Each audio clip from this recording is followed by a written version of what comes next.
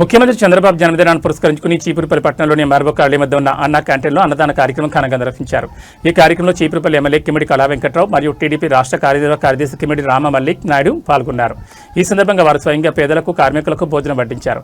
అనంతరం కళా వెంకట్రావు మాట్లాడుతూ చంద్రబాబు నాయుడు ఎప్పుడు పేదల సంక్షేమం కోసమే పరితపిస్తారని, ఆయన పుట్టినరోజును ఆడంబరంగా కాకుండా ఇలా సేవా కార్యక్రమాల రూపాలను జరుపుకోవడం సంతోషంగా ఉందని తెలిపారు.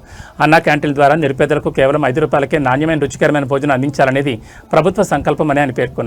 ఈ కార్యక్రమంలో పెద్ద సంఖ్యలో పార్టీ కార్యకర్తలు ప్రజలు పాల్గొన్నారు.